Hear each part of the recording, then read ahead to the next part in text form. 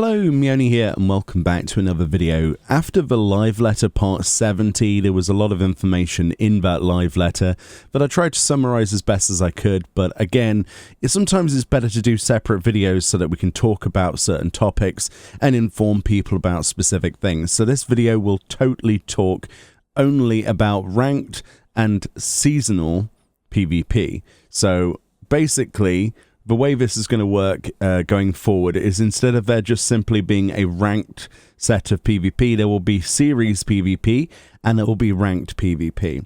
So what is the difference between those two things? Well, let's go straight into that. So the PvP reward system, as we can see on this particular slide, explains that series periods are being added to the game. Imagine these as periods of time, much like a season. A series will take part between a major patch and another major patch. Everything in between is classed as that particular series. So, for example, Series 1 begins with the launch of 6.1. Series are currently planned to change with every major patch, as it says there, and basically within this time period you can play any PvP mode you like. That's Siege, Shatter, Rival Wings. If Rival Wings was available, it's going on hiatus in 6.1.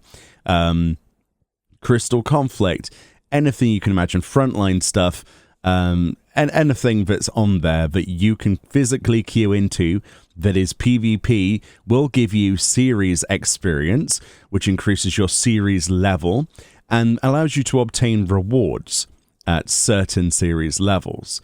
So just to reiterate, nothing is going from PvP in terms of the current reward. You're still going to get your experience points, which are used for whatever you queue into the PvP as. For example, if I queue in as Reaper, I'll get experience points for Reaper, even if I change class when I'm actually inside the content.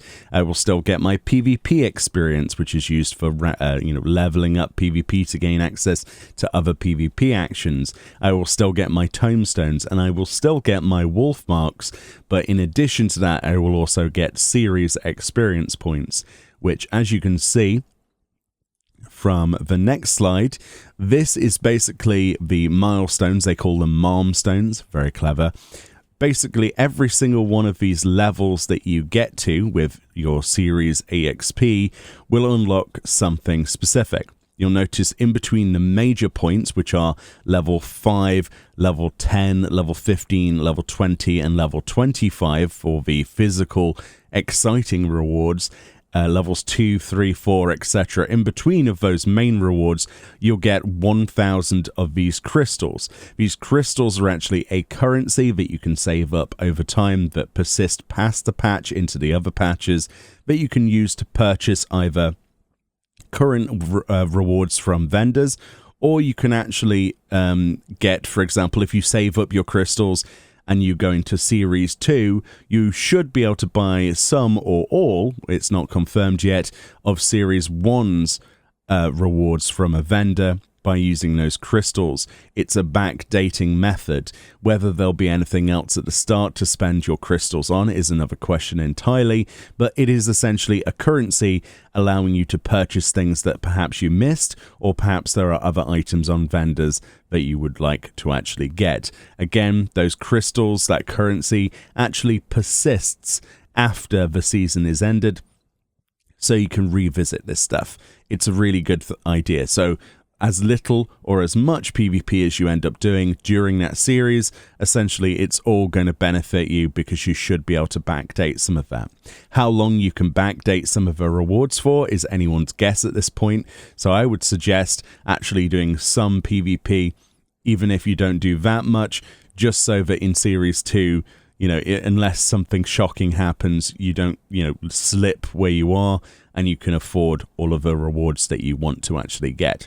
As this slide indicates here, certain milestones reward you with certain emotes, equipment, or adventurer plates. Adventurer plates are essentially a way of inspecting your character and seeing a certain profile. You can customize this profile to say what your favorite content is, what your favorite jobs are, have a picture of your favorite glamour, and so on. And basically these frames, etc., these adventurer plates are differently customized, and you unlock them through achievements and, of course, through this PvP as well. Along with that, the emotes are going to be exclusive to this. However, I'm not sure how many of these items will be bind on equip, how many of these items are market tradable, I should say. But obviously there should be some exclusives on here, I think. But who knows, there might be a market for people to do the PvP and then sell the stuff as well. But it's probably less likely. But we don't know at this point.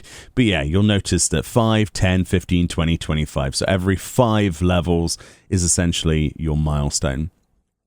So you might be wondering what the sort of armor is going to be from this PvP as a reward.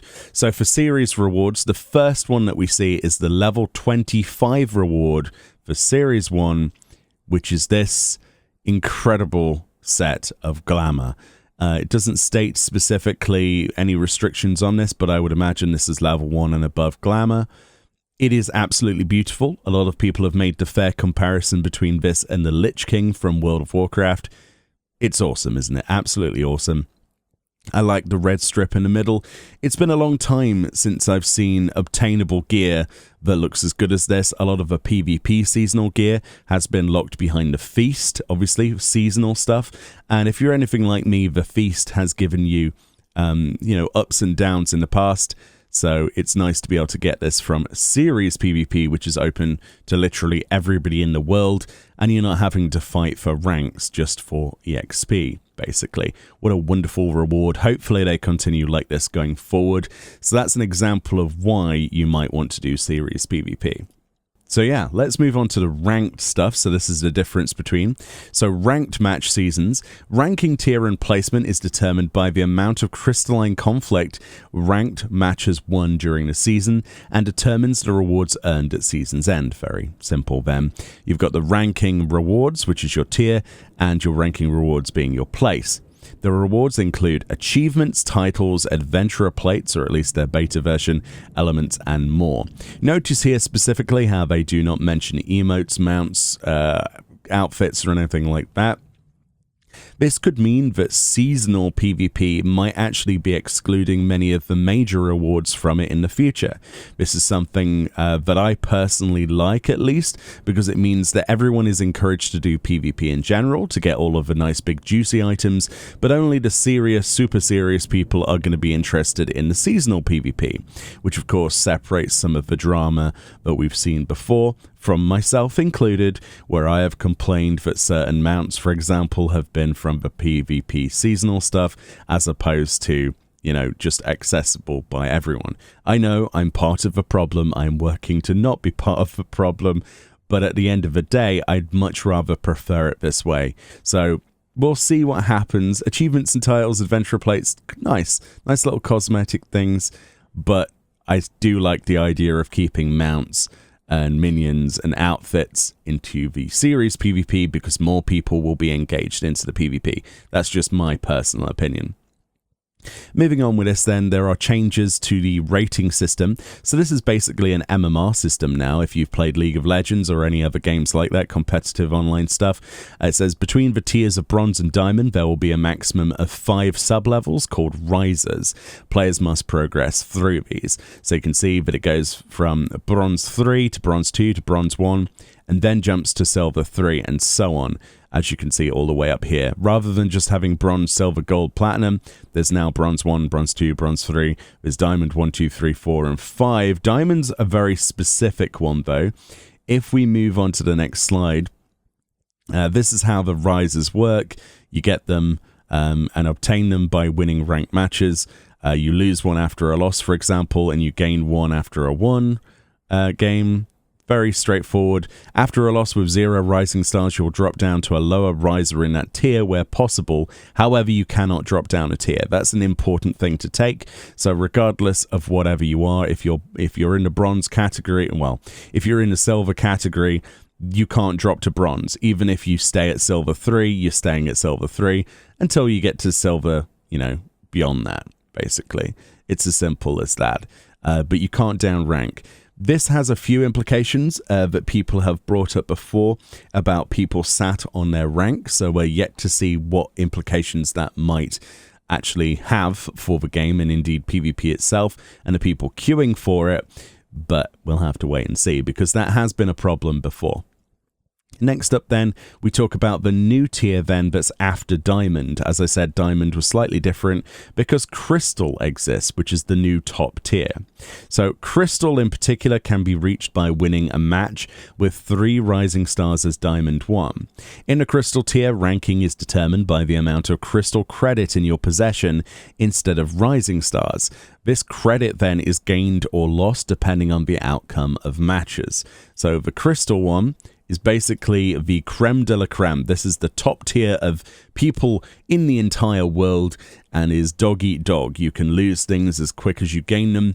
And yeah, Diamond seems to be pretty high up there. It's pretty sought after. You'll have to also note though, because you can't down rank, essentially you could technically sit on Crystal once you obtain it. And because there will be less people potentially reaching Crystal, that means that there's less people queuing for it, so it might be easier to actually sit on Crystal once you attain it. Which does promote the idea, maybe, that PvP will only be as active for a certain amount of time before people simply just sit on their rank.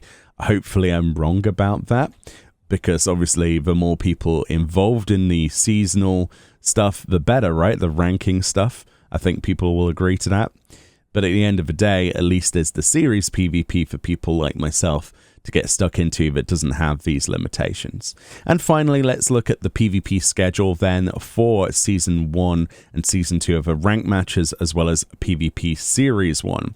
So you'll see that Series 1 takes place from 6.1's launch and lasts until 6.2, so that's a major patch. As you'll see, there's actually 2 seasons during that time for the ranked matches. We've got ranked matches of Season 1 starting in 6.1 and actually closing up about 6.18, they say. And then 6.18's the second season that lasts until 6.2. They say seasons only apply to Crystalline Conflict ranked matches, and play ranked matches during a season to determine your ranking tier and placement. So essentially you've got, for every major series, you have 2 seasons of ranked. I think that's how it works, or at least that's how it is going forward. Obviously, things might change depending on the length between patches. Hopefully, you know, nothing else in the world goes terribly wrong where they can deliver on this to an accurate degree. But again, this is what it looks like at this time. So I'm sure they'll drop more infographics like this in the future with their updated schedules. But this is what we're looking for on the way forward. So what do you think about the differences then between ranked and obviously your ranked seasonal PvP and your series PvP? Personally, I'm very hyped for series PvP because of all the rewards. Obviously, I would be. But I'm not sure if I will take part in ranked or not. It might be the first time that I do. I do like the idea of Crystal Conflict. I think Crystalline Conflict is definitely a new take on things, the small-scale PvP. The matches last 5 minutes in total, apart from some overtime, which is sudden death anyway. It's 5v5. It looks pretty fun. You just push a crystal along and kill people. Not too difficult, not many tactics to really deal with there. I quite like that idea, but it's going to be quite a lot of skill play, I would imagine, involved in that, some metagaming that people will come up with, as well as the potential of environmental hazards as well. But anyway, that's pretty much my look at PvP and the differences between the new forms of PvP coming in 6.1 in a separate video for people who didn't want to talk about it for like a millisecond in the live letter summary video. Much love. Enjoy the rest of your day. Let me know what you think about these differences, which you plan to do, if any, and I'll see you all next time. Bye-bye.